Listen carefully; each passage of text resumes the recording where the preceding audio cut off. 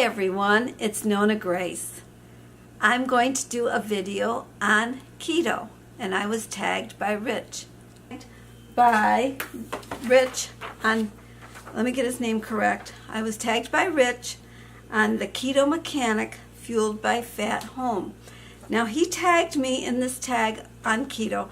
You know, Rich, I'm very honored that you tagged me, because I feel like I don't really fit the profile of those that are doing keto.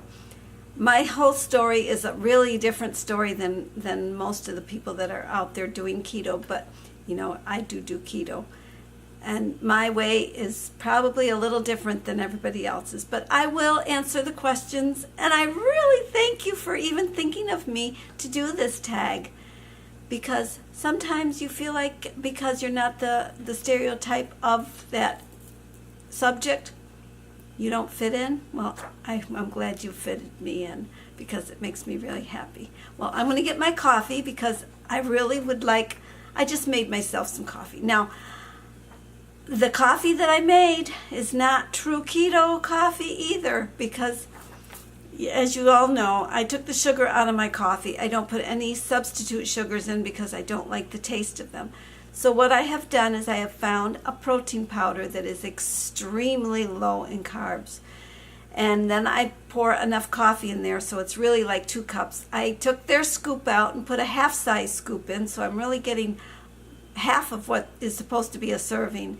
Then I used my almond milk, which is unsweetened, and I put a tablespoon of butter in it, and then I whip it, and I like the way it tastes. It makes the coffee taste a little better, but it's still not my favorite drink. But I like something warm. My teeth hurt with cold stuff. My teeth hurt with hot stuff. In fact, when I go to the dentist, I'm gonna have to tell her she might have to numb my whole mouth, because I don't know what she did last time, but when she cleaned my teeth, she really got my gums aggravated, where because I have a lot of roots exposed, that it really hurts now. So when I chew things that are too cold, I have to get them room temperature.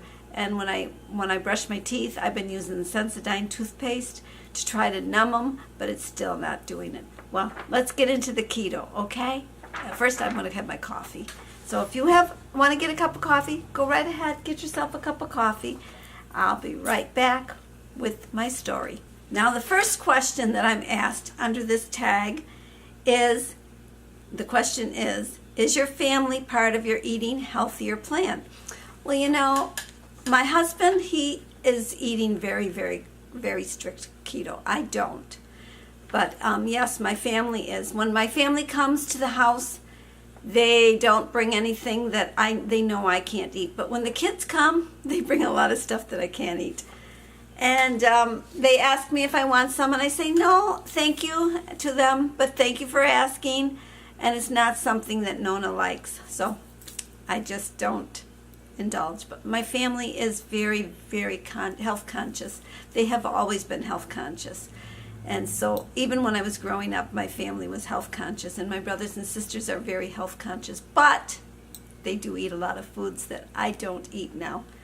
So that, I guess, is the answer to number 1, that my family is eating a healthier plan, sort of with me, but not all the way.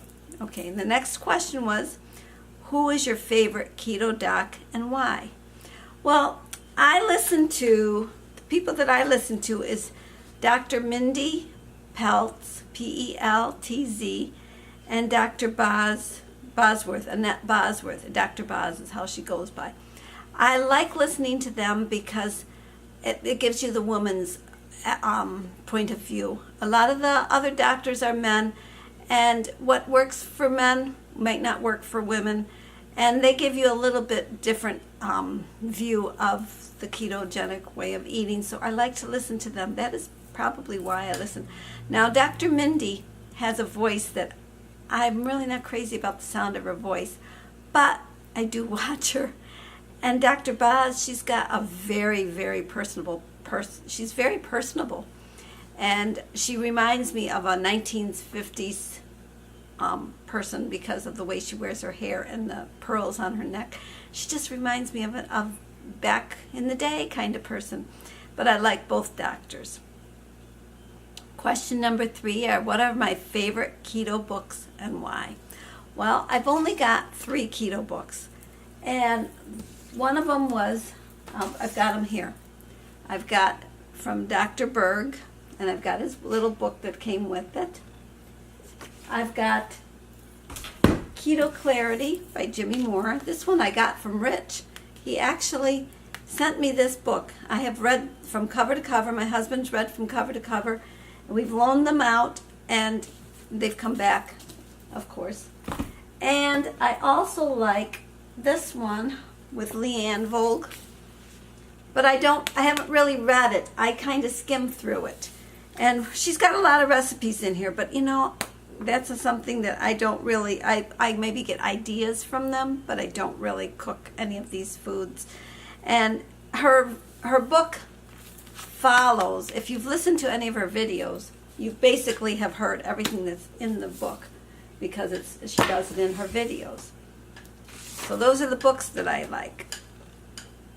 Number 4 is favorite personal keto food, and favorite food for the family, and a favorite food for your events that you maybe go to. I don't have a favorite keto food.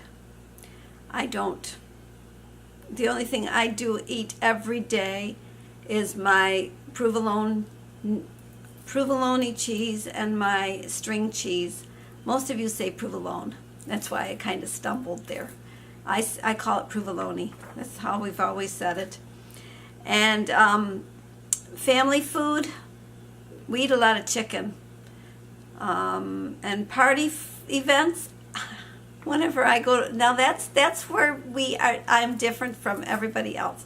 When I go to a party, I only eat the things that I know I like, and I won't touch some of the other stuff that I don't know whether I like it or not. I just don't bother with it.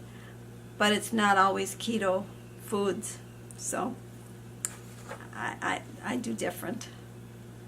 Okay, do you believe after healing and weight loss, other foods can be added back in? Well, that's a sticky question, because I don't think you can add them back in, because eventually you'll be eating them too often. I think it's better if you just have them as a special occasion kind of thing, and only when you're at somebody else's house or you've gone out to eat, because it's not in your house. If you have these things in your house, chances are you're going to eat them. So better to not add anything in. I do, when I go out, I will look at them. I look at the menu before I go out. And then when I go out, I make that decision whether I'm going to eat it or not, based on knowing how often I go out. I don't go out to eat very often. Or if my brothers and sisters are getting together and we're having a dinner, I will choose my meal to try to be as close to keto as possible, but there is always something I throw in there that is not keto. Now, my husband does not do that. He will, if there's a baked potato, I'll have the baked potato. He'll order something else. He'll order broccoli or asparagus spears or something that's more to the ketogenic way of eating. But I don't. I'm not very strict with myself. Okay, now, do you ever consume food not on the keto plan? Well, I just said I do. I do consume food that's not on the keto plan. But I must say, it's only now and then. Now, if I went to a party and they had brownies, typically before, a brownie, if it had frosting on it, would not even entice me. But since I took the sugar out of my coffee, now the brownie with the frosting actually tastes pretty good to me. So I would probably eat a brownie. I do have a weakness for brownie. Chocolate cake, well, I used to love chocolate cake, but it had to have a special frosting on it, and that still has to have a special frosting that I would eat if I were to eat it. I don't like the real sweet frostings. Pie, it has to be homemade. Cookies, they have to be homemade. So I guess brownies are my weakness if I was going to eat something that is not keto. that, and I will eat a potato if I'll take a little bit. I don't take a lot, because just like a tablespoon is actually enough for me to say I've had it. I will taste the pasta, because I do like pasta, but every time I've tried somebody else's pasta, either the sauce is terrible or the pasta is so overcooked. So one little piece or a tablespoon approximately of that is enough to say I don't want any more. So that's what I do if I eat off of plan. Do I believe in cheat days? No. Those are considered my cheat days, I guess. But I don't plan them. And do I carb cycle? No, I don't carb cycle. And on holidays, I will indulge in a little of the festive stuff that you shouldn't, because it is a holiday, and I'm not going to have it tomorrow. I'm not going to have it in a week. I'm not going to have it in a month. I'm not going to have it. I'll have it next year when it comes around again. So that's, I guess, my video of this. I don't know if it answered the questions the way others would answer, but that's how I would do it. And I want to just say how I got on this keto plan. You know, when I've been on it for 2 years. And I was coming home from my son's in Indiana, and at the time I had gained 22 pounds, which to me was a lot. I found that I could not cross my legs. I had this idea that my legs should cross and my foot should hang near the other foot, and it wasn't even anywhere near. So that's when I decided I better do something about trying to lose a little weight. So that's when I started watching videos. I came across Chef AJ, and she was doing sweet potatoes and a lot of vegetables, and she was showing how, and she's against fat. I like my fat. I've always liked the fat. And then I came across Casey Durango, and her videos were pretty good. And then I came to Dr. Berg, and I came on Sarah from Pearls of Wisdom. I came upon hers, and it just seemed to spread as I was going. I kept finding more and more people that were doing the ketogenic way of eating. And Dr. Westman's was mentioned by Casey Durango, and so I found him. And Dr.fung was mentioned by somebody, so I found him. So everybody that mentioned somebody, I would try to check it out and see what there was to learn. And that's how I began on keto, to lose 22 pounds. And you know what? I still haven't lost the 22 pounds. And it's been 2 years. So those of you that think it's going to happen quickly, for some it may, but I had just 22 pounds to lose, and I haven't lost the 22 pounds. So that's the way it goes when you've got very little to lose. It takes a lot longer. And of course my age probably doesn't help. When I was younger, I used to gain 5 pounds between Thanksgiving and Christmas. Thanksgiving and New Year's, and I would lose it like the week after New Year's. I would be back down to my normal or typical weight. But not anymore. Now that I'm older, it doesn't happen. Well, I hope you enjoyed this video, and Richard, thank you very much for tagging me. Now Richard's channel, again, I will tell you, is the Keto Mechanic Fueled by Fat Home.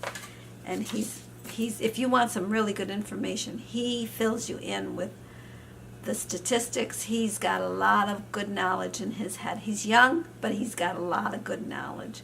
So thank you for tagging me. And I'm supposed to tag somebody, but I can't think of who to tag. So if you're out there and you're doing keto, please feel free to just do this tag.